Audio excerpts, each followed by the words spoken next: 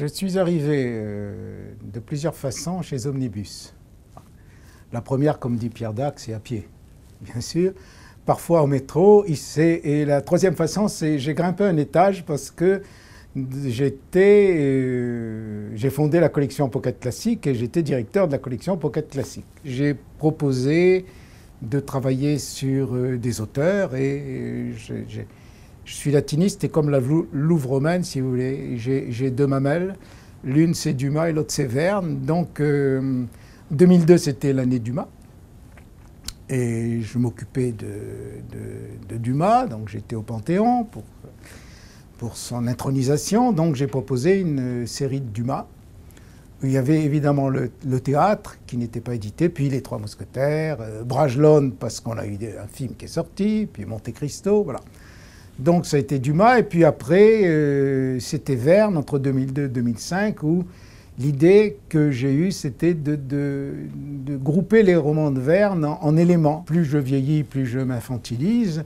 Donc j'en suis revenu à mes amours d'enfance, si je puis dire, c'est-à-dire Tarzan. Et je me disais que l'occasion était très bonne de fêter le centenaire, hein, d'autant plus que finalement Tarzan est presque mon contemporain, à quelques années près. Et ce qui fait que voilà, le dernier est un Tarzan, c'est le dernier bébé, si l'on peut dire. Bon.